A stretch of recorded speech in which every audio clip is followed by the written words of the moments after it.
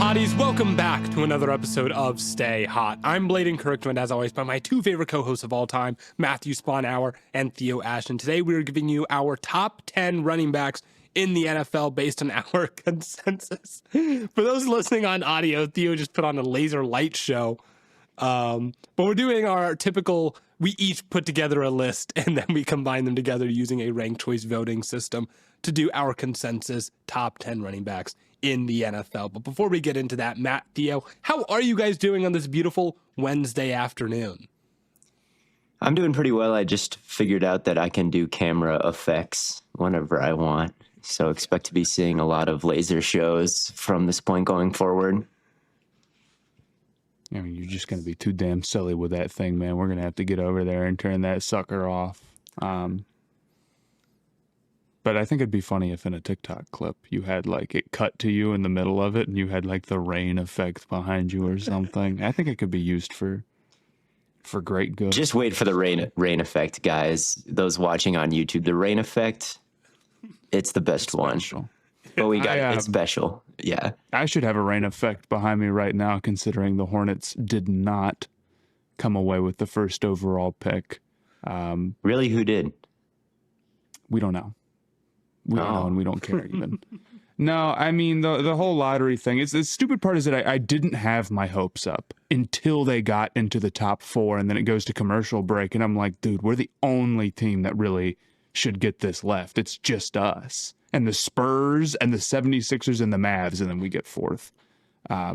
So I'm pretty sick about that. But honestly, the draft lottery discourse has been great for videos and whatnot, so it's not all bad. It's not all bad. It's not all bad. It is something else to talk about, which is why I'm sure the NFL is eyeing it up. Although the idea of an NFL draft lottery currently is being pushed upon us, I think, by talking heads who just want to talk about draft lotteries instead of something that's actually in the works, I think. But I think they're dumb. I hope they don't ever go. The NFL does not need a draft lottery at all. It doesn't make any sense. I don't know how you come to that conclusion after this latest NBA draft lottery. That's what's so funny about it. It's like, this one really sucked. It's like, it makes the league worse. And you're like, we should do this. I said it in a video and I said it on Twitter, but I'll say it on here too. A draft lottery comes with a major drawback, which is that like the bad teams that are just straight up bad also can move down the draft for no reason at all. I mean, right? The ping pong balls have no way of telling whether or not you tanked or were just genuinely like a 2-win team, right? So, I mean, to take away like the top pick from the Titans is a pretty big deal, and that's bad for competitive balance. It is. Like, we want them to have Cam Ward. We don't want them to have the 7th pick and have the 49ers get the 1st pick and then deal with that crap. That wouldn't be fun. That's not to say that lotteries like don't matter. There's been a lot of crazy takes about the NBA lottery, a little bit of overreaction, like there shouldn't be one at all. That would not be good for the NBA. The NBA is a special league for a lot of reasons, and I think tanking can get particularly bad there, so you have to do something. But the lottery is like not a fun thing to have, even though the NHL and MLB have it as well. It's a lot lower stakes, it feels like. So Matt, I guess my question is, why is tanking a bigger issue in the NBA, MLB, and NHL? It's mostly the NBA that has a true tanking issue where teams would go and win like if the Victor Wembanyama, like it came down to whoever had the least wins and there was no lottery. I mean, there'd be a team that got single digit wins. There's not even a question whether or not that's the case. There'd be a team that got 5 wins for sure. Some front office would just say like, there's literally no reason not to just completely blow it up and not have any real players on this. The issue with the NBA is that the top players matter so much more than any of the other leagues, right? Like, I think about the best player on championship teams. They're always like incredibly good. Like Tatum is a guy where you might even consider him like maybe one of the lower rated dudes who ended up being a best player on a championship team over the last 20 years. And he's still like, 4-time first team All-NBA or something crazy. So you got to have a great player. And the best way to get that is the number 1 overall pick. A lot of times, like there just isn't a dude like that to get unless you have a super high draft pick. And on top of that, when you play more games, you're just like sitting around out of it for longer. Whereas in the NFL, that's not really a thing. So it's like a mix of things. And I think rebuilds are a little longer in the NBA. So like going really far into sort of the being bad, it's just more beneficial. Taking on bad contracts for salary or taking on bad contracts for draft picks is a move you make in the NBA. It's not a thing in the NFL. Like there's a lot of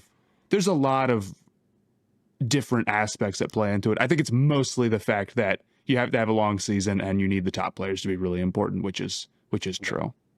Okay.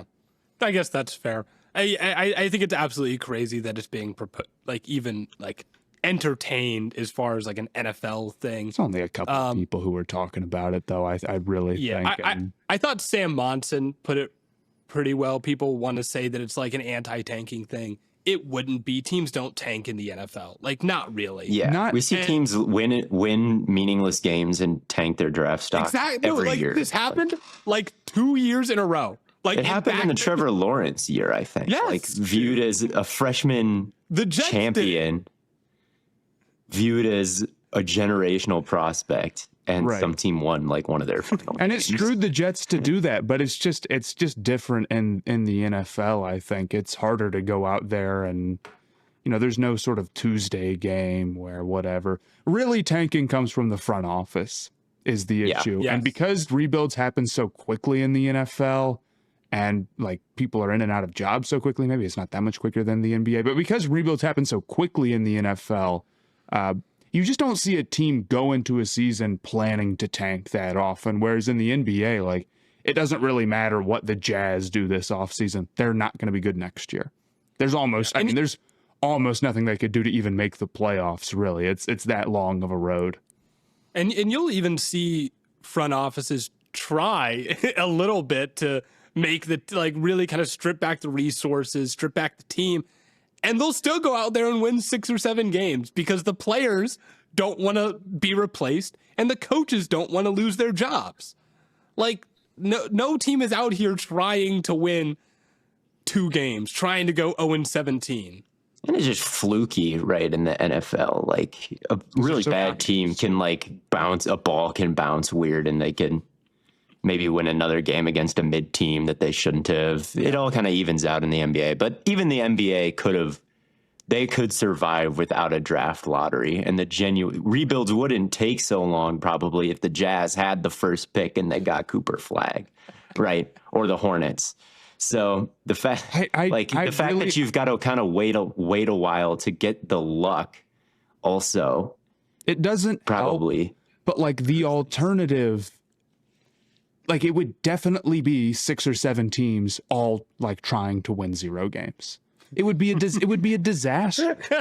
Or I don't know. That might be kind of fun to watch, man. It would be terrible for the league. It would be a disaster. People are looking at what the competitive state of the NBA is right now, and they're I think they're kind of assuming that the things that have made it like that won't like hurt the league if they weren't there anymore. If you had, I would be furious at the Hornets for winning 19 games if winning 14 would get them Cooper Flag. It would make no sense at all. It would be stupid, and the fans wouldn't be any more interested. You can't have it be advantageous and like the only sensical play to go out and win 5 games for a good portion of the league. What if I don't know if this is even possible, but what if you could get rid of the draft lottery and instead the punishment for tanking and being like the worst team in the league is relegation? Well, then you need a whole other league. Yeah, you'd need a whole other league. That's what I'm saying. I don't know if that's probably not even possible. G League, I guess. G League, but G-League. You can't promote a G League team to the NBA. We're promoting the Mad Ants, brother. we would need a much more well-rounded farm league for that to be the case. I do think the lottery odds could be flattened, like the amount teams can drop and the amount of years where the worst team doesn't actually get the first pick should be lowered.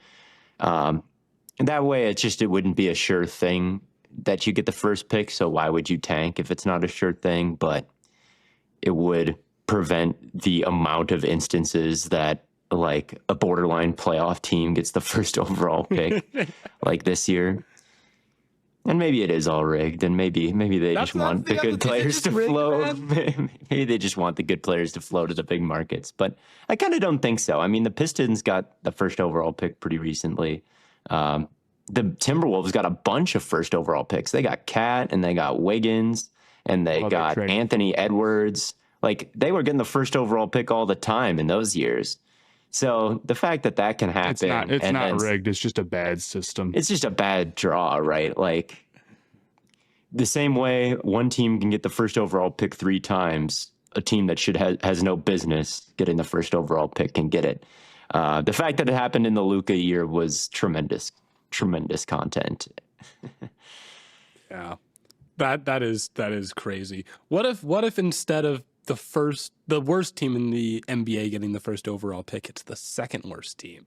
Then it would be a race to be second worst. That could fix things, though. That could fix things. You can't win 0 games. That's true. It's true. But do you want to get into our top 10 running backs? I do. All right. Well, we'll always start by going 1 to 10 here. And our number 1 running back in the NFL is a unanimous consensus, and that is Saquon Barkley, coming off of his best season as a pro so far on the Philadelphia Eagles. They win the Super Bowl. Obviously, there's a lot of credit due to the offensive line. Jalen Hurts obviously helps the rushing attack, but it cannot be stressed enough how much of an impact Saquon Barkley had on their offense. He just gave them a totally different gear, broke off so many big plays for them. So I think he's clearly, if you were starting an NFL team and you needed a running back, he would be the guy that you would pick.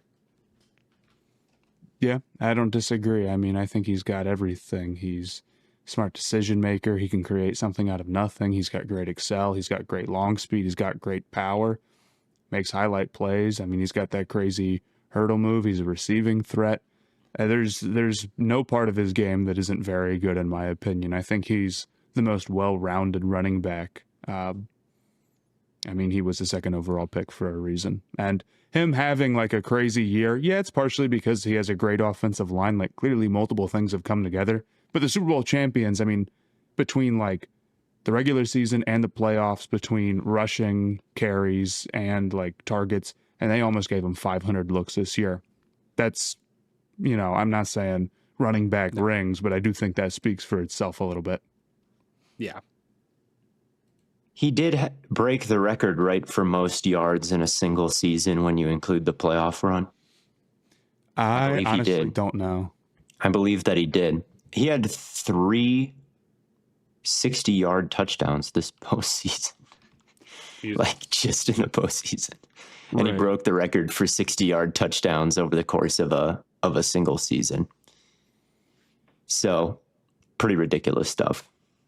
Yeah, I mean, I don't even know what else you can say about that. Defenses completely have to change how they play the Eagles because of him. I think there's only maybe like you can count on one hand the running backs who truly have that level of impact, where even though there might be, a quarterback we had ranked in the top 10 and a great offensive line and a great receivers, like fully stacked offense, it's still Barkley who's probably the number 1 guy you're worried about on that Eagles offense. That was the case in the Super Bowl. I mean, it was all run blitzes. It was making sure the nickel was coming into the backfield instead of guarding somebody because they wanted to make sure that no one could bounce anything off to the outside and go up the sideline for another 60-yard touchdown. And they were willing to live with the A.J. Brown and Devontae Smith deep shots. And guess what beat them? It was that, and they were happy with that. They were fine with that. And that's how the Eagles won the game so handedly, was that conflict that Saquon Barkley puts you in. And I really don't think the Eagles' offensive line is even as good as everybody says. Like, this is my kind of hot take about the Eagles, is I thought they had some real weaknesses last year on the interior.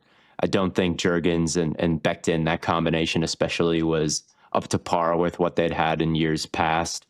And it just doesn't matter when you've got Saquon. Like, he just erased any possible issue that could arise with the offensive line with his vision, his quickness, his tackle breaking ability. He sets the hook for guys. Like he baits people by going on one side of the block, everybody commits, and then he just cuts back the other way, and they're all burned. So he's just unbelievable, and legitimately a valid MVP candidate last year, I think. Oh, absolutely.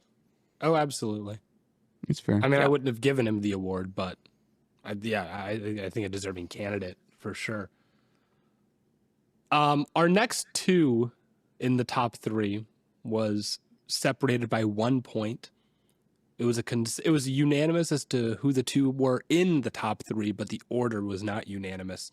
Our number 2 is Derrick Henry, which is consistent with both Matt and Theo, but not with your boy. I chose Jahmyr Gibbs over Derrick Henry, but I go back and forth. I do think it's very close, but yeah, Derrick Henry was our number 2, and I'm curious as to why you did lean Derrick Henry over Jahmyr Gibbs. Yeah, I had Gibbs at number 3 and weighed the same debate in my mind pretty heavily.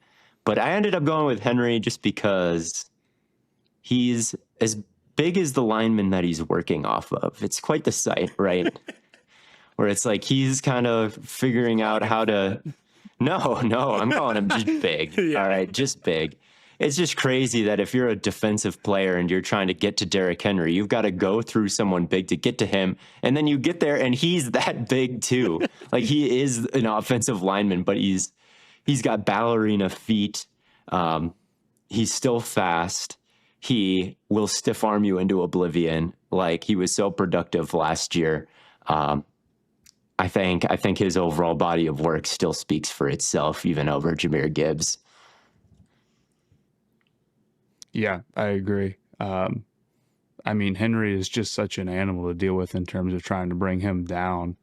And it just creates such an issue for defenses when you have to, worry about both him and then like the polar opposite at quarterback with Lamar Jackson, who's just so fast. I mean, he saw the most 8-man boxes of like any running back that had a serious amount of carries. And while that's not all him, I think it speaks to the rushing threat that he created. He's coming off one of his best seasons ever statistically too. And I think I just value the overall like ability to kind of fall forward all the time and be really consistent while simultaneously being second in rushes of 10 plus yards. It's not like he's not breaking off big runs. I think Gibbs is faster, of course. I think Gibbs has more burst, but I took Henry and I didn't really worry that much about like putting Gibbs at 2 personally. I thought it was Henry based off last year. It was Henry. Now, if you want to say at some point the Reaper is coming for Henry and you'd rather have Gibbs and you're just playing the odds there, like, yeah, all right, I can get behind that. But last year, Henry was better. Henry led the league in first downs last year, even above Saquon Barkley. He moved the chains over 100 times, and he's the only one who did that. And yeah, I just think he had the better season than Gibbs, and he's been arguably the best for a long time, or one of the best right there with Saquon. So with the longevity in the season he just had, I had to go Henry. Mm-hmm. Yeah, he also had the highest rushing yards over expected per attempt, according to Next Gen Stats. And Matt, I mean, he's unbelievable, dude. Boxes. I would be so pissed as a defensive player trying to tackle him because he's got the defensive player mindset. Like, he gets in the open field and he's like, maybe I can't he can't outrun the entire defense because he did it on like the 90-yard touchdown versus Buffalo. But he's also like, who can I stiff arm? Like, he's looking to go do that. Like, he'll change his path to go wipe you off the mat and then go on his merry way. It's very mean.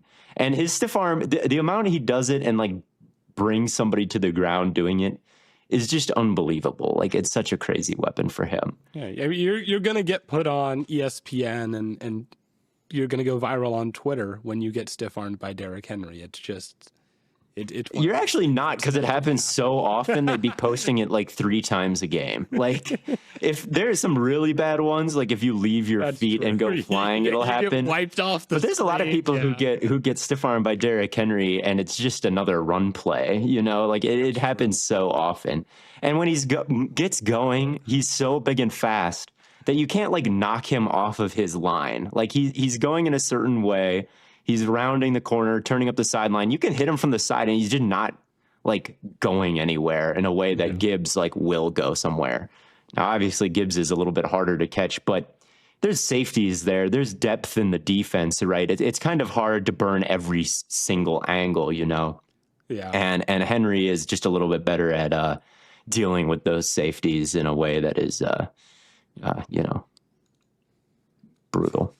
Brutal. I was wondering what word you might go for there. Now, I definitely agree with you guys on like all the stuff about Derrick Henry, but Jahmyr Gibbs is just, which he would be our consensus 3, is just the most explosive. Like, it's not just that he is faster and more like explosive than Derrick Henry. He is the fastest, the most explosive runner in football right now.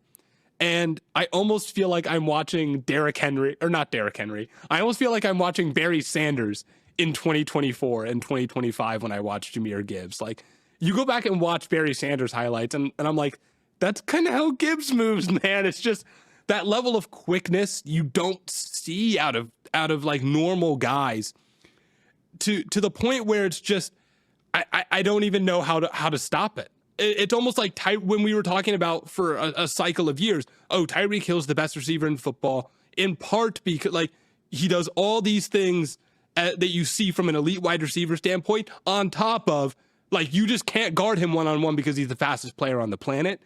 That's kind of how I feel about Jahmyr Gibbs right now. I wouldn't say Gibbs is as shifty as Barry was.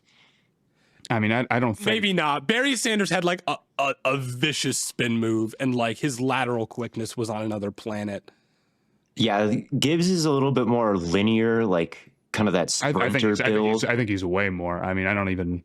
Yeah. And then Sanders is more of like a compact, like little dude. In fact, I think the running back in the league that reminds me the most of Barry Sanders is someone we might talk about a little bit later. I don't think it's Jahmyr Gibbs. I'm trying to figure out who I'm going to leave it on a cliffhanger there. But with Gibbs, you're totally right about the explosiveness. And he thinks he's a power back as well. I mean, he is so gung-ho to lower his shoulder, to finish plays with his pads down. Like he had a big run against the Buccaneers where he trucked right over a defensive tackle. I think it was maybe Greg Gaines.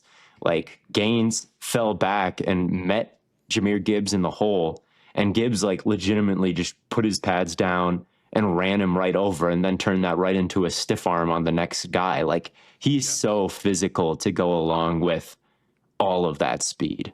Mm-hmm. Yeah, like he will break a tackle, and then immediately he's back at full speed. And like no other guy operates like that. Yeah, I totally agree. I think that's one of his strongest attributes. There's a couple of plays he had last year where he gets dead stopped and then goes right back up to full speed. Probably better than anybody else in the league. Yeah, and that's kind of like, Theo, you say he thinks he's a power back. You kind of can be if you're running that fast. Yeah, definitely.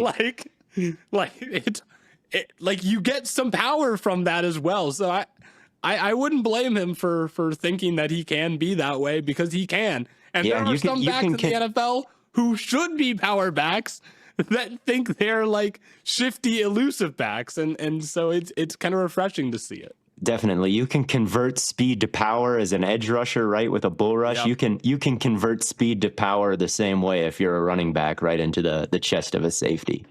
Oh yeah, man. Yeah. So I would have him as my RB2, but it's really close between him and Henry. But at number 4 is Bijan Robinson, which this is actually right where I had him, so I'm not too mad at this, but I'm curious. I thought I had him lower, but no, I had him right here. So, but Matt, I feel like this has been your guy for a minute. Mm-hmm. Why don't you give us the I didn't Bijan. have him at 5, or I had him at 5. You didn't, but 4, I feel like there's something interesting that has happened in our rankings that has made it so where the guy I have at 4 is at 6. I mean, Bijan, I think, is incredibly good. He's another guy where I feel like he doesn't fall into a category of power or speed. He's got both of them. My favorite part about his game, though, is the way that he really sets guys up before making a cut, drawing guys on the next level out too far and then cutting back in a way that they can't really deal with it. His ability to go from catching the ball to running or making a move is also incredibly top tier, where you're like, there's just not a lot of dudes who can do that. You can't expect even a good running back to be able to make that type of move. I mean, I'm even thinking about like his first touchdown, the one that he had against the Panthers, where it was just like, you know, a check down and he made a play for like a quick 7 yards. It was an incredible play. And he does stuff like that all the time. So, I think his numbers back up that he was really good. He was top 5 in both missed tackles forced and yards after contact. I think that speaks not only to how much of a workhorse he is in Atlanta, but how productive he is and consistent he is. I don't know what his yards after, or not his yards over expected are, but I also think yards over expected is kind of just like, it's just kind of like a rushing, it's a rushing dicey. Yards stat, basically. It's like rushing yards, but a little different typically. So I don't know. I think Bijan is, to me, he's in the true. If we want to count Saquon, I kind of thought like maybe Saquon and Henry are tier 1, and then tier 2 is the next 3 guys. But I'll just say the top 5 guys, where it's like I think these are the real like running back superstars. To me, Bijan is explosive enough and creates plays enough and well-rounded enough where I say that he's a superstar running back. For me, it's the top 6, but yeah, I get where you're saying with that. I almost have had this like feeling about Bijan where I feel like his highlights are almost boring, if that makes sense. But I don't know. I went back and I was watching him more and I was like, oh, he's just too good at everything that nothing he does like stands out because everything he does is right. His highlights are very repetitive, I think. Like, it's all kind of wide zone, cut back, there's a guy in the hole, and then he jump cuts and makes a miss. But that's more a product of the scheme than anything Bijan's doing. I think his jump cutting is pretty spectacular. He's the best jump cut back in the league. And I think he might also have the best like contact balance in the league. Like, getting hit and staying up and like remaining balanced. Gibbs is also pretty great at that because he's moving so fast and he can like get clipped and kind of recover. It's different. But Bijan can absorb so much like contact. I wish he'd almost lower his shoulders more because I've seen him like fully like lower his pads and like trucks, like true honest to God, like they go down, he pops back up and keeps running type of thing. Like, he's got that in him, and he could maybe do it a little bit more. But yeah, just the ability to bounce off heavy contact and the ability to jump cut. He can block, he can receive. He's super well-rounded. One weird thing about him when I was kind of watching his tape, he doesn't really use his non-ball carrying hand as a weapon at all, which I thought was super fascinating. Like, he doesn't really try to stiff arm. And for all the other backs, I feel like the most common way they try to be elusive is to, you know, either make a shield with their arm or fully extend and do the true stiff arm. But like with Bijan, that's not really there. And I think that's one thing he could try to add a little bit more of, because it does feel like he's using his feet to make people miss when your hands can actually be even better weapons. And I also think that like he could slow down and work off of his blockers a little bit more. He's good in space, like one-on-one, like Bijan versus everybody. Like Bijan's the best at making everybody miss, but he could maybe stand to slow down just a little bit and set guys up behind blockers a bit more than he does to get on like the Saquon Barkley level. Because I think that he's got some of that talent to be the absolute best in the league, but could improve a few things still yet. Yeah, I think all of these guys that we'll talk about in the top 5, top 6 have that potential to be the best back in the league at any given point. And Our consensus number 5 is Jonathan Taylor, who I think is another guy who has kind of that same super smooth runner, great contact balance, very great one cut back. Every time I watch him, I'm just like, yeah, this guy's just going to continue to be a really good back for a long time. I just don't see any, like, other than injury, I just don't see any reason to ever like bet against him. I think he's gotten underrated because he hasn't played a ton over the last 3 years, but each of the last 3 years, he's been top 5 in rushing yards per game. And last year he was 3rd behind Saquon and Derrick Henry, I think. Yep. So I don't think people quite realize that about Jonathan Taylor, that he's been that high in those rankings, even since his Offensive Player of the Year runner-up season in 2021. But he's still pretty amazing. And I think, you know, there's that tweet that differentiates hoopers and basketball players. He's like he's a basketball player. Like he's an ethical running back. Like the vision that he has and the way he works off of his blockers and sets guys up, to me, is the best in football. Like that the cerebral aspect of running, I think Taylor is the best at that. That's what I had down for him. I mean, he just sees things before they happen, and he's incredibly patient. And then he's got the long speed and the contact balance and just the overall burst to bring it all together to be a top-tier workhorse back. I think he's kind of in a category of his own for me, where I think he's got the potential to be a superstar back, of course, but then the injury stuff has been sort of nagging for a while. And it's like, yeah, he's been rushing for a ton when he's playing, but people have maybe forgotten a little bit because he can't stay healthy. And that's, you know, running back is a what have you done for me lately position. There's a certain guy who is, none of us had on our list. That's true. Actually, we could just say CMC is not on any of our lists, and that's because he played limited snaps last year. He did not look like himself, and then he re-aggravated an injury, and he's going to be 29 next season. You know, and while I think there's, you know, I don't want to write off, like, if CMC got back to doing what he was doing, you know, a couple of years ago, it's like, okay, well, obviously this guy is going to be in our top 5, maybe our top 3, you know, like, I'm sure some people would make an argument for, like, almost up at 1 or 2 or whatever, but the health aspect and the age aspect, like, that stuff catches up with you really, really, really quickly. It is a big difference with McCaffrey and Taylor. Like, yeah. McCaffrey played 16 games in 2019 and then went 3 games, 7 games, 6 games, 11 games over the next 4 seasons before playing his next full season in 2023. And then he played 4 games last season. Like, it is a massive difference when you look at a guy who is like Jonathan Taylor missed time each of the past 3 seasons, but still played over 10 games in all of those seasons. Yeah, it's very different, obviously, but it is worth pointing out with Taylor, like, can he ever get healthy again?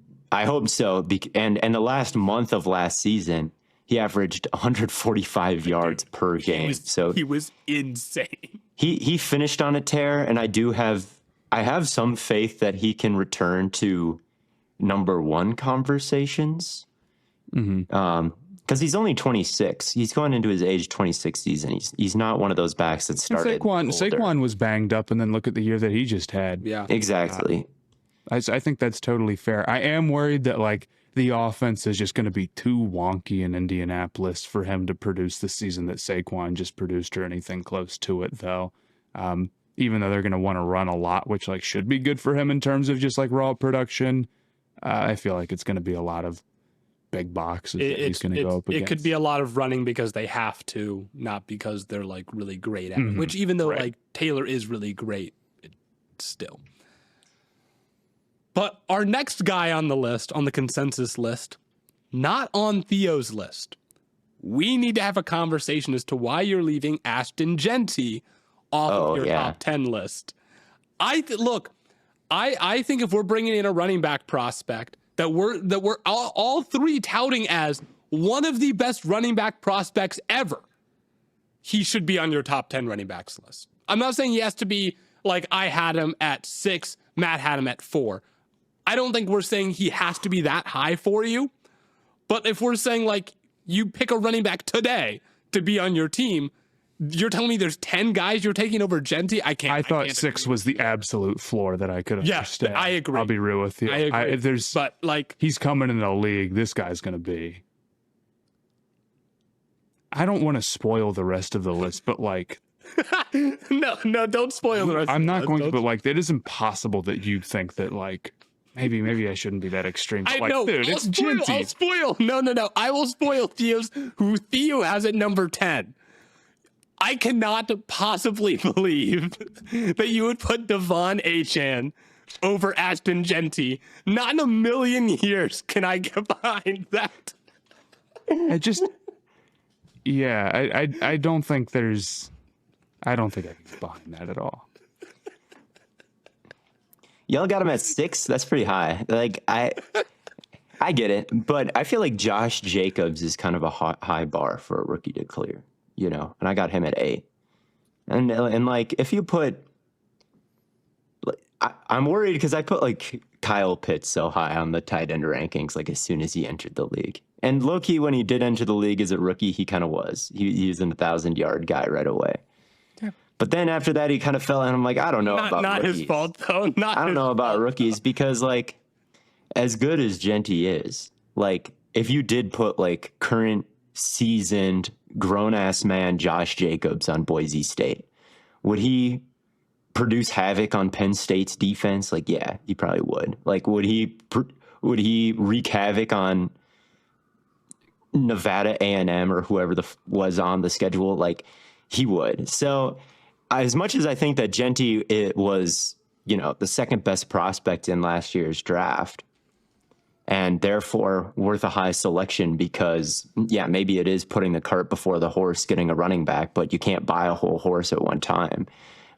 Like, I also think that I do want to wait and see if he really differentiates himself like a Gibbs or a Bijan, or if he's more in the Josh Jacobs type of range, I mean, I can understand. If we're saying, well, Josh Jacobs would also like wreak havoc against Penn State, dude, Josh Jacobs is like 27. Like, yeah, but I would hope that he would. Well, yeah, exactly. Though that's what I'm saying. Like, if you put Tyler Algier at Boise State, like, he'd break so many tackles, right? Like, who knows what it would look like, right? It would probably look pretty great because they're old, they're seasoned, they've added strength. They've done all these things. So for Jeanty, it's just like, I guess I don't know where he stacks up in the league until I've seen him. And that's why I was like, I just don't know how special he's going to be. I believe that he's going to be special. I believe he was the right pick for the Raiders. I would give him more consideration for him in a top 10 list than any other rookie, even Travis Hunter. Like, would I consider him a top 10 wide receiver at this point? Like, no. Would I consider him a top 10 corner? Like, probably not. I don't think.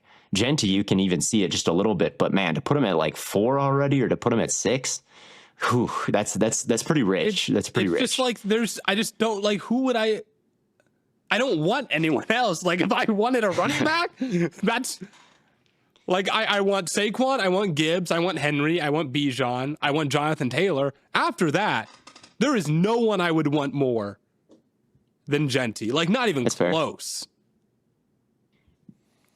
Yeah, I kind of think that rookie running backs can break on the scene pretty quickly. I mean, Todd Gurley, Ezekiel Elliott, Bucky Irving was really good last year. I think that he was a top 10 running back. I mean, there's a number of dudes, and Saquon was great right away. He was a top 10 running back year one.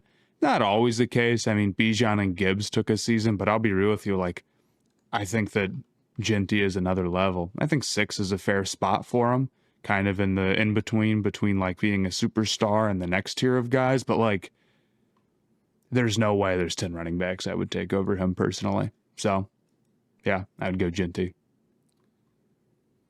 Why is that? If we want to wax poetic about his skill set for a minute here, we put him at 6. There's only a small handful. Okay, Bijan has the best contact balance in the league. I was about to say this. Are you sure it's better than Jeanty's? I'm not.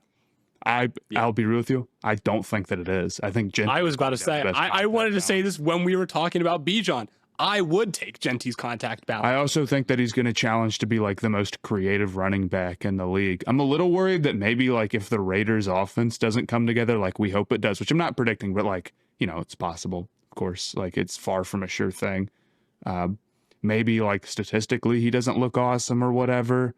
But he's going to be a total workhorse. He's going to be creative, consistent, I think. The contact balance is awesome. He's got the long speed. He's a receiving threat. I just don't think there's that many guys who are as elusive and as strong as he is, who have great vision like he does. I mean, again, it's all the stuff that we've been saying about him. Probably said it in 10 different episodes at this point.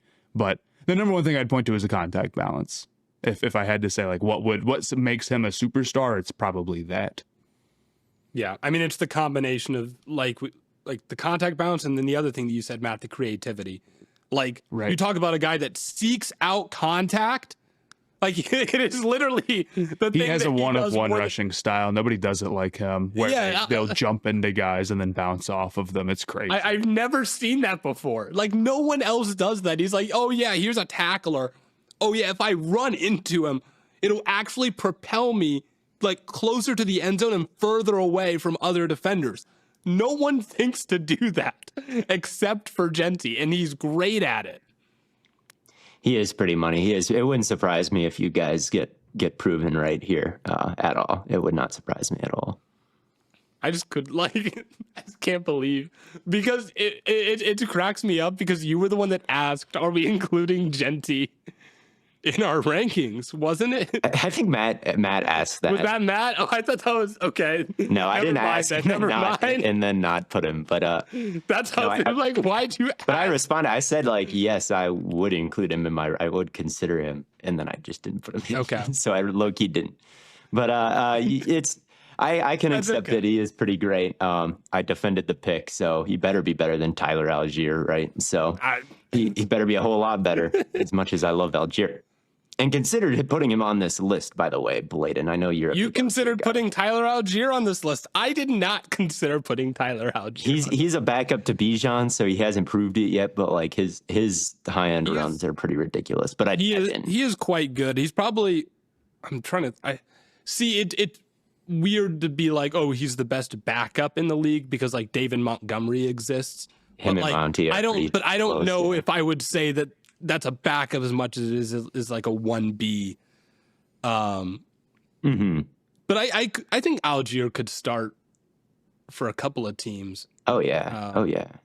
Like he could have, I mean, more than a couple of teams. But number 7, our consensus number 7 back is Josh Jacobs, Green Bay Packers legend. Theo, I guess I'll have to hand it off to you. Yeah, shout out Josh Jacobs, man. I didn't think that. I was so sad when they let Aaron Jones go and thought no one could replace that hole in my heart. But Jacobs did a pretty good job at it. He runs, and I feel like he's so connected with the earth when he runs. Like he's connected with the ground. Like some guys, their feet just like barely like touch the grass, and it's like they're floating or gliding over everything. Jacobs is not like that. It feels like he draws power from the earth beneath him, and it's the balance that's big with him, and it's just the ability to buck people off of his back and stiff arm them and twist and contort his torso to just throw people like a bull. He is one of the better just tackle breakers in the league today. He's got some lateral agility to jump cut you in the hole and make you miss that way. He's got reliable hands out of the backfield. He can block. He's just the epitome of solid. He's not the fastest guy. Doesn't have like the electric home run speed or anything like that. But in terms of just pure like bull-like strength, he's up near the top of the whole league. Yeah. I like how naturally strong he is. I agree that his top end speed is not that crazy, but he's one of those guys where even if they're not going like, it's almost like kind of the opposite of Gibbs, where Gibbs' power comes from his speed. Jacobs is always interesting to me because like even if he's not like the quickest when the hit happens, like guys just kind of bounce off of him in a different type of way. He's an incredibly good back. Yeah, I mean, defenders can hit him in the backfield as he's getting the ball, and he can still break a tackle. Right? Like that's the kind of strength that he has. Gibbs doesn't have that kind of power, obviously. And he's just such a workhorse too. Like there'd be drives last year where like everybody knew the Packers' strategy for that drive was going to be just, we're going to hand it off to Jacobs every single play. And he's not going to get tackled for loss. He's just going to keep getting 4 yards, 4 yards, 4 yards, first down. And then on the goal line, we're giving it to him again. And he's going to find his way in there and he's going to score. I mean, the Packers in neutral situations had a pass rate of 42.7%. The Eagles were at 46.3%. So the Packers were like outliers in terms of how much they were turning around and handing the ball off last year. And Jacobs just gobbled up all of that opportunity, you know, never got up slow, never got hurt, like just kept breaking tackle. And eventually it's like, man, is this guy going to get tired? Is this guy going to, you know, have to go out? Is this guy going to get hurt? Can he do this all year? And the answer was just like, yep. Yes, he can. And yeah, he's a beast for that. It was a great season. This past season, he was 6th in total rushing attempts. The season before, 11th. The season before, 2nd. The season before, 11th. The season before that, 3rd. Like, he's consistently towards the top of the league in rushing volume. Yeah. So, shout out. Number 8, Matthew Spawnhour guy here. Consensus, Bucky Irving. I almost forgot about Bucky. I really did. Don't you dare. You out-Buckied me, Theo. Yeah, I did. Well, I didn't. Had him higher. I did. Yeah, because he's. Well, you were right about Bucky. And Matt. Blaiden, you were wise to rearrange. I happened to click on your list before I was like, who am I missing? Because I had Hubbard at 10, and then I was like, who am I missing? Hubbard. Shout out Chuba Hubbard. And I was like, oh my God, Bucky Irving. So I was like, let me slot Bucky in at 10 real quick. You were wise to do so. If there had been a Bucky list top 10, there would have been much conversation. We would not. Our upcoming vacation would have been very tense. Oh yeah, I mean, I would have been crashing the whip on purpose. At least it would have been for Chuba. It was good. At least it would have been. He didn't quite crack my top 10, but I did consider it.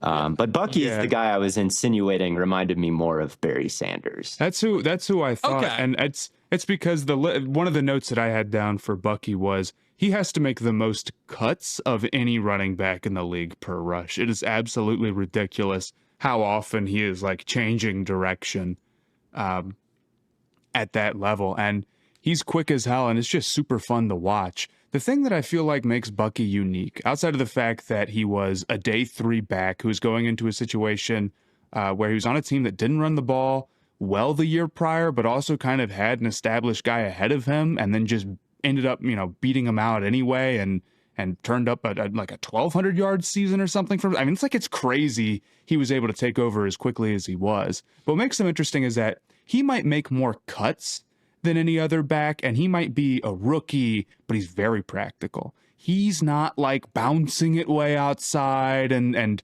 trying to kill for big plays when they're not there. He's doing it in a way where he continues to move up the field and see the correct space and move to it, even when it's something that's only going to be open once a blocker hits something they haven't yet, or somebody over pursues as they're about to after the cut, that type of stuff.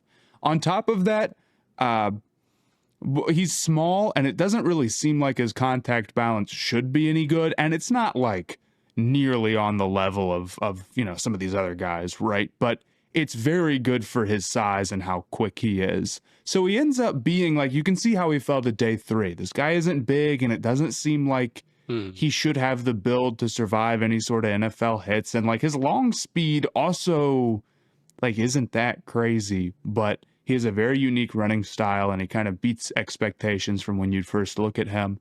And I think he's easily top 10 for me. Easily top 10. I mean, I was looking at some other guys considering them for this list, like Chase Brown in Cincinnati and Chuba Hubbard for the Panthers. And like, they're really smooth, like good vision backs. Yeah. And then you turn on Bucky and it's like, holy shit, like the 360-degree range of motion he has. And he uses that entire range to solve problems downfield. And it's like, you just never know what he's going to do next. Like, he had a run versus the Giants where like he trucks somebody and then like reverses field. Like, he has a run against the Saints where he goes from one sideline all the way to the other and he's like making people miss the whole way. He's like working off Baker Mayfield, who's lead blocking for him downfield because he's so excited and is just like flying. He's 50 yards downfield, lead blocking for Bucky Irving. That's and an Bucky is cutting off football players, man. It is. That brought a big smile to my face. Like the 2024 Buccaneers, the run game was one of the most special ever. If their quarterback is doing things like that, but yeah, Bucky is just. I mean, he's. I think the most creative runner outside of maybe Saquon Barkley in the league right now. Like, he's a monster, and his success rate running was 55 last year. That's got to be near the top. It's good if you're above 50 at all. And then his receiving success rate was at like 65%. Like, he was a great part of the receiving game as well. 1,200 yards, and he only like officially started 2 games. He averaged over 5 yards per attempt, like just crazy efficiency and a crazy skill set. Like, I'd put his highlight runs up against anybody's, and he was also consistent, like you said, Matt. So yeah, Bucky, I put at 6. Awesome. Yeah, I'm trying to see where his success rate ranked 9th behind. Oh, but that's including quarterbacks. So excluding the quarterbacks, Jaden Daniels, Lamar Jackson, and Jalen Hurts. So he would have been 6th among running backs. Josh isn't at the top, too? I don't see Josh, which shocks me. That shocks me, too. Where is he? Unsuccessful quarterback sneak sunk his success rate. It's okay. Oh, I forgot about James Cook. I should have put James Cook on my list. Oh, no. You forgot about James Cook? Yes, I should have put him on my list.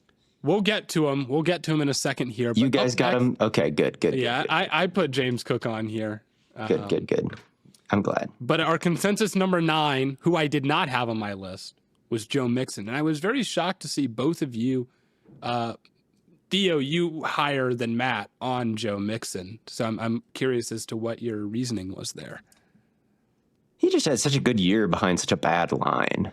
Like, and he ran so angrily. He was, I'm giving out superlatives left and right this episode for these running backs. And he was the angriest running back of 2024. Like, the violence behind the line of scrimmage that he would build up that would translate once the hole opened up was really fun to watch. Like, it just seemed so hard to tackle. Like, he was running so hard. He was a long strider. He's not one of these short, compact guys. Like, he's running with all that violence, and each step is taking up an incredible amount of ground. So it's like, man, he's really just like hurtling forward and just menacing. And he's not afraid to lower the shoulder and kill you. He'll take some kind of unconventional rush paths and kind of surprise the defense at points, I thought. He just had a really, really great season in a situation where it could have been easy for him to be at a career low level. Instead, he was at a career high. Yeah, I totally agree. I think his power is pretty special, and he maintains like really good feel and processing as a veteran back because of it. Maybe not like the sexiest running back in terms of like being super creative in that sense, or like having, I don't know, maybe not having like the... He's not going to reverse hurdle you, right? Yeah, he's not going to reverse hurdle you. He doesn't have a big bag, but he's still, I think, top 10 to me just off of efficiency and doing what he does. Yeah, I don't know. I just feel like maybe some of the credit, maybe I should credit more of what he did with such a bad offensive line. But I don't know if that's even like I feel like he's been doing that for a while now, man, playing behind a bad offensive line. He did it with Cincinnati too. And that's what I was thinking. I was like his numbers aren't like horrible or anything. Like, I'm not trying to say that he's like some unproductive back, but I just don't feel like he's doing anything that he hasn't done prior. And I never would have considered him a top 10 back before, so I don't know why I would now. Yeah, I mean, his success rate last season was only 42%, which was lower than it was at any point during Cincinnati since his rookie season. I guess he was lower. And I do think his vision could be questionable at points last year. Very questionable. I think his vision is the worst of anybody I put on my list for sure. But I still think I didn't think his vision was at. I thought there were some games last year where he was really inefficient. Like, it was kind of highs and lows with him over the course of the season. And I thought, just going back to last year, I thought it was more because I think the offensive line maybe makes it look like that sometimes, but I don't know. But yeah, definitely the least efficient career guy, and including last year of the people on this list. But I still think he turned a lot of chicken shit into chicken salad last year overall. And just a player I would not want to go up against in at all. Like, he would run me over, he'd throw an elbow at me, Theo, can you say that again? Theo, say the classic Theo Ash line again. The chicken shit into chicken salad? Is that what I? Yeah. That is what you said. Where did that come from, man? Is that an original or is it a? That is not an original. That's I think that's a saying, isn't it? I don't know. It sounds like a saying. Lyndon B. Johnson said, "You can't make a chicken salad out of chicken shit." Lyndon B. Johnson never watched Joe Mixon. And Brock Lesnar apparently says chicken shit out of chicken salad as well. Okay. I respect your bag. That's on us. Yeah. I just heard that. I was like, what? He's at 9. I should have maybe put James Cook above him, though. Yeah, I think I should have had Cook on my list too. But you put him high enough, Blaiden, so where he stays on it. I put him high enough that he stayed on. He is our consensus RB10. Which I don't think is like horrible value there. But James, you want to talk about like smooth, good contact balance. There's two running backs that I had on my list where I felt like are underrated in the sense, and James Cook less so, but are underrated in the sense that the offense doesn't move through these guys as much as it does through, like, obviously through Saquon, but even like Gibbs and Henry and Robinson, like those offenses at minimum feel like they're 50% through the run game. But you look at the Bills, and so much of that offense is headed by Josh Allen that James Cook kind of gets left behind. Another guy that I had on my list that didn't make the top 10 is Kyren Williams, who I kind of feel the same way about, where it's like that offense is so much headed by Stafford. But when when they say it's Kyren time, like he's like, I got you. Like he's got such a great cut also. Super quick in the open field. Those are two guys, Kyren Williams and James Cook, where I'm like, when they get the ball, it's not always their time, but when it is their time, they will not let you down. So I gave both of those guys nods on my top 10, but only James Cook I put high enough to actually make the cut here. Cook, I think, deserves it more than Kyren. He's got some fumbling issues. I put Cook higher. Cook. So yeah, Cook is so good because he is so comfortable in the littlest creases. Like that is the thing that always stands out to me when I watch James Cook. Is like there needs to be such a tiny sliver, and he is like, oh yeah, I can make that work. He had a run in the playoffs last year against the Ravens when he ran in between two guys who were blocking each other, which I always love, and it's kind of a rare occurrence, and it always stands out to me whenever it happens. It's like two guys are engaged, and he just like splits right between them and underneath them and pops out on the other side. A lot of times, like I've talked about Bryce Young doing that, I think, recently. But Cook is a lot bigger than that and still made that happen. And that's something that, like, going back to his kind of breakout performance against the Cowboys 2 seasons ago, now I noted with him is like, man, he is making the assumption that such tiny creases work for him, and they do. He always seems to squeeze out of them untouched on the other side. So I don't know how good your processing has to be to do something like that, but it must be pretty good. And Cook has gotten a lot more efficient and improved greatly over the past couple seasons. And I'm wondering in a contract year if he could really go crazy, because it seems like he's just gotten like better and better and better. Oh, yeah. And almost peaked during the playoffs last year. So with that offensive line and Josh Allen's gravity in the contact year, it's like, could we see a really huge James Cook season? I think it could happen. This would be the year to do it. Everyone's going to be gearing in on MVP Josh Allen. Like, this would definitely be the year to be like, oh yeah, James Cook, 300 carries. Let's get it done. And if you're like, we don't need to pay him, if you're the Bills, if you're like, we don't really want to pay him, like, why don't we give him a billion carries this year and then just let someone else take it on after that? Let someone else take it on. I think his biggest superpower, he doesn't get shoelace tackled. I can't like remember the last time he's just like, I feel like a lot of guys, every once in a while, like they'll be breaking off, big runs all the time, but you'll notice a lot of their runs end with someone just like tripping them up by their shoelaces, clipping their heels. Yeah. That doesn't happen to James Cook. He just like kind of jumps out of it every single time. That's got to be his biggest superpower. Yeah. Yeah. I don't disagree. I think he's a very, very solid back. Yeah, he's not like a big play threat. Like as smooth as he is and as good as his vision is and contact balance is, it all kind of happens very slowly with him. That's what I think about him. And I think it's easy to underrate those solid backs, where it's like if you're not making crazy explosives all the time. I mean, it's players who do crazy highlight stuff are always going to be a little overrated, or it's easy to overrate them. But Cook is incredibly consistent, and that's a big deal for the Bills. And I think here at 10 is like the perfect spot for him. But there's also a number of other guys that I would consider there. I mean, you had like James Conner in your top 10, Hubbard we talked about, Williams you just like. I think Cook is maybe at the top of that tier of guys for me, but you could reasonably put, imagine if you're listening, like your team's back, your favorite, but like that guy is probably also at 10. He's basically, Nick Chubb. We have, yeah. Nick's not on a team, so no one listening could put him there. Bad. Nick you didn't have to say that, man. 0 horrible knee injuries, and he should have gotten 400 carries every year and been the GOAT. And been Adrian Peterson 2.0.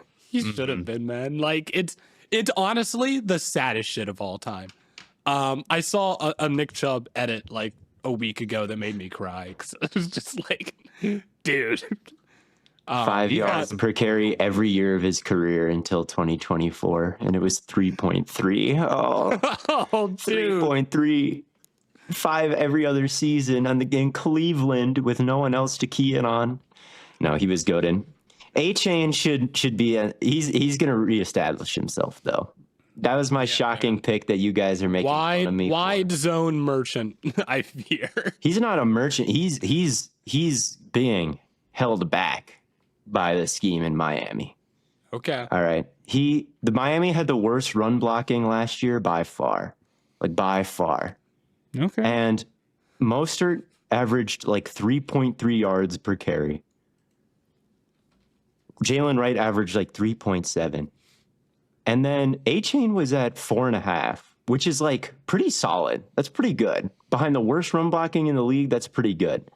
He also managed to be the most productive receiving back in the league last year from an efficiency perspective. I don't know if anybody had more yards, because I don't look at yards and touchdowns anymore. I just look at the EPA and DYAR. But looking at those stats, I can tell you that no one was better than A-Chain receiving the ball. So when you're bypassing the horrible run scheme that Miami was throwing out there every week last year, and the horrible run blocking on top of it, he was still like way outperforming the other backs. He was outperforming every other back in the league in the passing game. I just think he's a very special talent with how fast he is and how adept he is going between the tackles. Like, those two things is just crazy to me. I think the I talked about Jonathan Taylor and how cerebral of a runner he is and the way he sets up his blockers for success. Like Achane does all of those things. It's just, when they're tossing it out to him and he starts 7 yards behind the line of scrimmage and all the blockers in front of him are losing, it's just hard to be efficient. Then you lose a lot of yards. And then you lose. Yeah. And I think,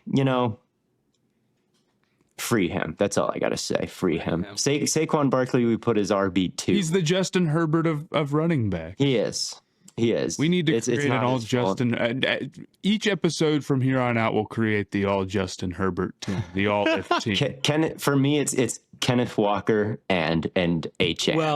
Well, you got to pick one. You can pick it because, obviously you get to pick the Herbert team, but you're going Walker or Achane? Ooh. For the not. That's a good question. Who's more Matt make the Walker case, because Matt was the only one of us to put. I had Walker at 9, honestly, kind of an uninspired pick. He is very talented. Like, he's very, his strong and his strength combination with like just how shifty he is. I think what makes him hard to judge is that his offensive line stinks so bad in Seattle. But I also think there's a lot of times where he tries to do too much. And honestly, he's really hard to get a judge on until he gets in like a more stable situation. But like, he's a really creative back as well, who's not only got the speed and the shiftiness, but the strength. You see the natural talent, but he averaged under 4 yards a carry last year. Like at a point, let's look at the yardage. Let's look at the Denver game for him, week 1 of last year was so special. And I think I put him at like 5 on this list last year. And then that game happened and it's like, totally nailed it. Like that guy is so awesome.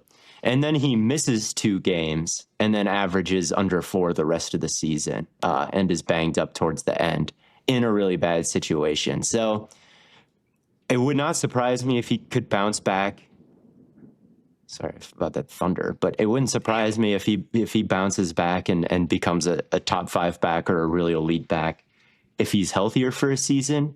But he just was not that elusive at any point after week 1 last year. He wasn't what I was used to seeing.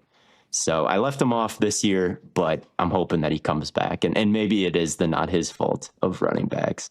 Well, who are you taking then? Running backs. I'll put Achane up there just because. Okay. There's a stat. Wide receivers. There's a stat called adjusted line yards, and it's tracked by formerly Football Outsiders. Now that all lives on FTN Fantasy, and it credits running back yards per carry like a certain amount to the line and a certain amount to the running backs based on a variety of factors. I don't know the whole formula. Miami's like adjusted line yards was like. It was like 3.6, and the next worst team was Chicago or Las Vegas at like 3.8. And so it was the worst by a decent margin. That 0.2 was a decent margin compared to the rest of the list. I'm like, man, how are you guys that bad? Like the run blocking was that bad. And it's 3.6 line yards per carry, but Achane is averaging 4.5. Like that sounds pretty good to me. You so need I'm to going make with a Achane. video. You need to make a video where you are like Achane is the most underrated back, but you don't review any film. You just bring up like advanced stats that aren't clear, like exactly how they're calculated at all.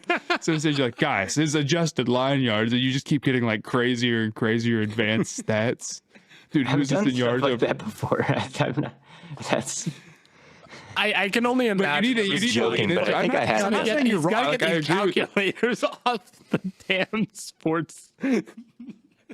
Look, Achane, he can run like a backside dig, like an intermediate dig, and make a contested catch as a running back. He's goated. I'm a big Achane guy. I know you are with it. There's nothing wrong. He's a good back. He's a great back. Connor too could have been top 10. But he's a solid the other back. one. Yeah, Connor. I think those are all the guys we mentioned. So. Blaiden, did you have anybody on your the top 10 that didn't? I guess you mentioned Kyron. Kyron was the only one, yeah. And then Matt, I had Hubbard as I almost had him at 10, and then I switched Irving in it. I think we hit everybody. I mean, the only other guy that I think Hampton could push for top 10 if he has a great rookie season. It wouldn't totally shock me. I wouldn't put him there now. Nah, I wouldn't put him there now either. But he's good enough so where it really would not surprise me if he's considered the best player in the world at the end of the year. He's a demon, man.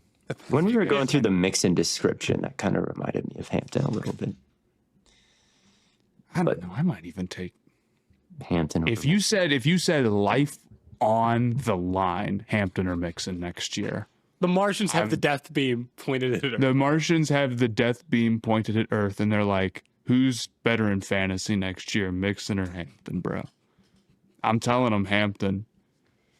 And I'm calling up Harbaugh and saying, dude, you gotta throw. It's half point PPR for the Martians. So I'm trusting your skill position takes after my Ladd and Bucky debacles last year. I'm defaulting to you. So I got lucky. Yeah, here's the thing. I'm pretty happy with those two. But if no one ever listened to a single thing I ever said in fantasy, they would probably be fine. You were demonic last year. You pulled it out in the AAA 32 team league. In the 32 you team had a great league. team.